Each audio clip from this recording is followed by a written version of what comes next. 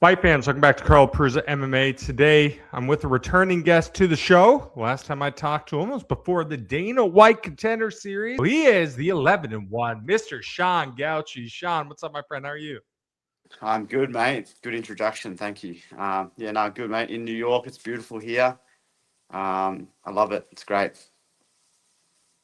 Absolutely. Every single year, one of the PFL's biggest shows, always in New York. You have this weekend Usman's fighting on Nurmagomedov's fighting on this one. You got Dakota Tacheva fighting on this one. It's an absolutely star-studded lineup. Is it pretty cool when you got the phone call that you're going to be on this show? Yeah, mate. I think I've been put on the card for a reason. So I think that they're doing that with a lot of their fighters. The fighters on this card, especially, they're putting, trying to showcase some fights here. I reckon at the start. So I'm really happy with that, and I can't wait to put on a great performance and deliver. For so long, I thought you were one of the most well-rounded fighters in the Australian regional scene. Now to see you in one of the bigger promotions here. First time out in the PFL, you took on Liam Giddens, a very tough customer. Amazing performance there over in Ireland. What was your debut like? What was it like looking back at it? It was good. It was a good experience. I mean, I had like nearly 2 years off because between the contender series and then my first fight in the PFL, kind of got signed to the PFL. They were going to do the Pacific stuff, and then that kind of never came to fruition. So I had to wait a little bit. So, but it was good. It was good. Yeah, Liam was a tough opponent to come back to in upper weight class, but yeah, I was able to get the job done and deliver. And the fight was, yeah, very entertaining. Could have made it easier for myself, I reckon, by, like you said at the start, being a little bit more well rounded. But at the end of the day, I had fun in there and I felt in control. So yeah, it was a good fight. The PFL had a little bit of a facelift this year. They went away from this tournament style stuff. Now it's rankings. There's more belts introduced. What do you think of the new format? I love it. I was saying that for ages, actually. I didn't love the tournament format.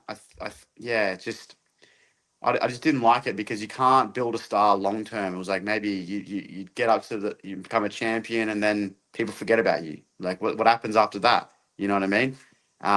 For me, it's like the you can have more storytelling and more of an individualized kind of run at a belt or something when there's rankings, and it's just more exciting. That's how it's always been. So I don't think you should try and reinvent the wheel when it's already working. So I thought it was a good idea. I think they still got a few regional ones like MENA, and maybe Europe. I'm not sure, but Africa, sorry. And that's cool. I reckon that's good to have. But on the main PFL, I like it now. That's just like rankings, normal fight cards, because they're able to stack it now. Whereas with the tournaments, they were forced. Their hand was forced to put on certain people at certain times because they had to. Whereas now they can kind of be very picky about who they put on and make a good card like they have this Friday night. Absolutely. The life of a professional fighter, it's a roller coaster. You have high moments, you have low moments. For you, you fought in the Dana White Contender Series a couple years ago. You went out there, you took on another very tough guy from Australia. You got the job done. Didn't end up getting the contract. What was life like after that? Yeah, it was pretty miserable to be honest because it hit me like obviously you do that. You sit on the chair, and I already knew kind of in my heart that Dana wasn't going to give me a contract because I know how what they expect, and the performance just wasn't a great performance. Considering the circumstances, it actually was a good performance, but whatever. And on the bus, it hit me because I remember you actually you go out the back door as the winner, but not a winner. You know what I mean? You go out the back door and you're on this bus, and I was just alone with my coach at the time. Coach and cornerman at the time, and it hit me then because my hand was broken. I'm a chiropractor by trade, so I wasn't going to be able to work for about 8 weeks, and I didn't get a contract. And I was just like, wow. So now it's just back to that's it. No feedback, no nothing. Just get on the bus and get out of here. So it was kind of like that hit me then, and I was just like really upset. But eventually, I moved. I was able to just move on, and got a great offer from the PFL, and they came to me and they really respected me. They really wanted me, and yeah, really happy now, man. Really happy. You know, you've been competing in this for a long time, well over a decade here. You know, man, 15 to 20 years ago, this sport was not as culturally accepted as what it is Mm. now. It wasn't legal in every country 20, 25 years ago. It wasn't legal in every single state. At one time, if you told someone you're trying to fight anywhere else in the UFC, they're kind of looking at you like you're crazy. Well, now you have all these other great promotions coming along. There's very high level competition, money better than ever into it. Do you feel we're at a stage now where guys like you can go out and make a living, have a good quality life at a promotion, not the UFC? 100%. I'm doing it. I mean, you know, yeah. If I was a single man, I'm a married man with a kid on the way, but if I was a single man, I could definitely just fight at the moment, which would be amazing. But it is what it is, you know. You've got to move up the rankings, and I'm I've been looked after really well by the PFL. I know some of the top fighters, they must be making, you know, really really good money, and I think that's when you get the best performances, when the fighters can focus, they're not stressed about where the next kind of where they can fill up petrol or buy food. You know, it's good for the sport. It's just about getting eyeballs now. For the PFL, One Championship does a good job, I think, over in their market, kind of their area, and Ryzen does a good job in their area, but they're a bit kind of inconsistent with their timing, I reckon, on shows. If they can just clear up their weaknesses, there's competitors everywhere now, and I think the PFL with the new management, John Martin, and you know, like you said, their facelift that they've done, I reckon they're heading in the right direction. It's not going to happen like that. You know, people aren't just going to love the PFL all of a sudden. No, it's it hasn't always had a bad rap, but it's definitely changing, and I think they're heading in a really really good direction. I reckon by 2027, mid 2027, you'll see you'll see a different perspective on PFL on social media and whatnot. You know, we talked about the first time you're on here, the sacrifices of being a fighter. Obviously, you know, battling on the regional scene, you're not making McGregor money. You're a chiropractor. It's hard to be dating people. It's hard to have kids. When you're able to make it to a promotion like the PFL, does that really allow you to kind of look back, see the journey, and be like, all right, you know, I put myself through absolute heck, but it's all worth it? Yeah, it does. Job's not done though. I still want to be a world champion. So for me, I don't. It's not really a smell the roses moment yet. But no, it's a good feeling. It's a good feeling, definitely. That like now I have something to show for it, you know. Whereas, yeah, you win a title on the regional scene, that's cool. But at the end of the day, it's not going to pay your bills. And if you're able to pay, I'm 29 now. I'm not the young gun. You know, when I'm 20, 21, living at home, or 20 living at home, it's fine. You can just, I'd fight for $100. I didn't really think anything of it because it was fine. But when you got to pay rent, you got responsibilities. You know, you got a wife. You got to care for people. It's different. So it is nice, and I'm blessed to be in the position that I am. I'm very grateful. You know, I'd mentioned that MMA is really blown up everywhere, but when you look at Australia, you know, it's kind of crazy. It wasn't too long ago. Whitaker, Volkanovski, one of those first really, really big stars.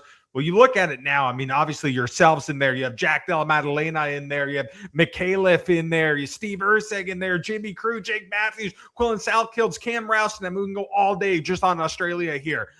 Is it crazy for you to see how this sport has blown up in Australia and how many guys are now getting these big opportunities? Yeah, it definitely has surprised me a lot because I remember when I first started. Actually, there was literally no amateur events, like no amateur events in Australia. It was really hard to find an amateur fight. You know, the stars had to align perfectly to get an amateur fight in Australia. And that was in 2014, 2013, 2014. Couldn't find an amateur fight, so I just got thrusted straight into the pro. It was like a modified pro because I was too young, but it was still a pro fight. No shinnies, nothing, you know. And that was my first gig, so yeah, it's surprised me because that was only what 12 years ago, and then now you look at it, and it's I go to these amateur events in Australia, and some of these kids, I'm telling you, I don't know, man. You put them in the UFC, and that they wouldn't have a winning record, but I don't know if they would look out of place, you know.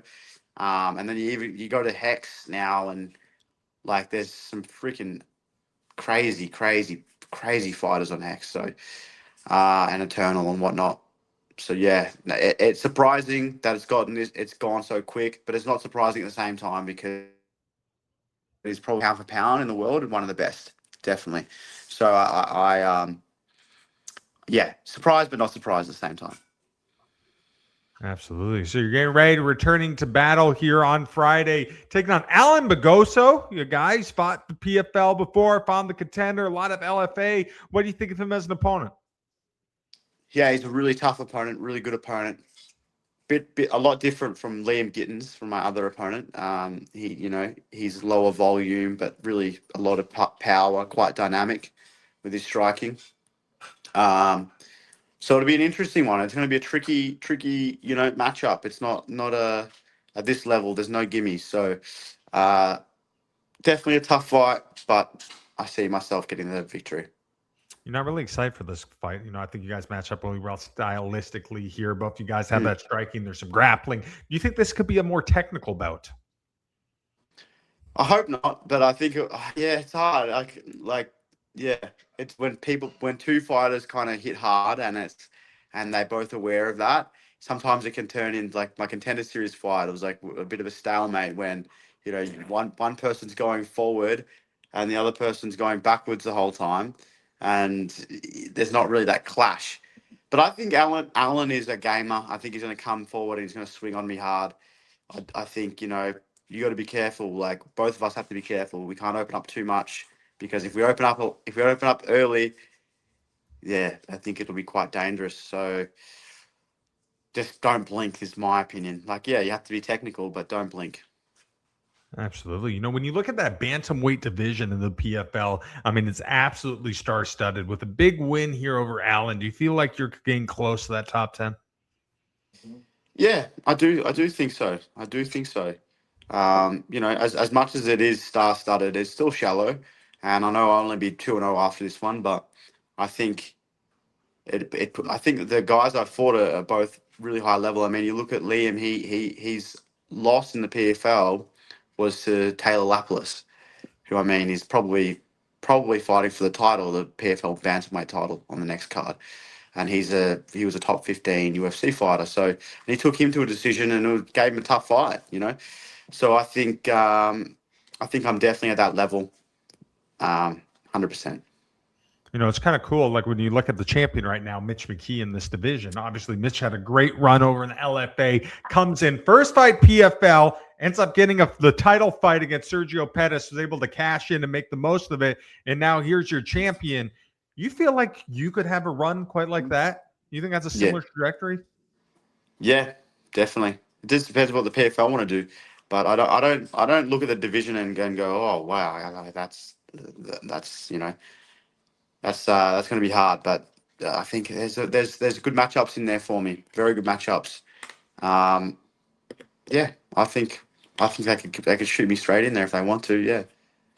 Absolutely. For you at this stage in the career, what's the ultimate goal? Where are you looking to accomplish? I just I would love to win a world title. I'd love for the PFL to open up a flyweight division. I think that would be awesome because that truly is probably my natural weight class. But I just want to be a world champion. So whatever that takes, um, I'll do it. I'm a soldier. I'll just do as I'm told, and that's the way I am. Hopefully they see a value in adding flyweights because I'd love to get that flyweight belt and be the face for the PFL, face of the PFL flyweight division, and then I could move up and maybe get go for the bantamweight title. But Absolutely. whatever it takes. For you, how do you think you have grown and evolved as a person from this journey? Oh, jeez.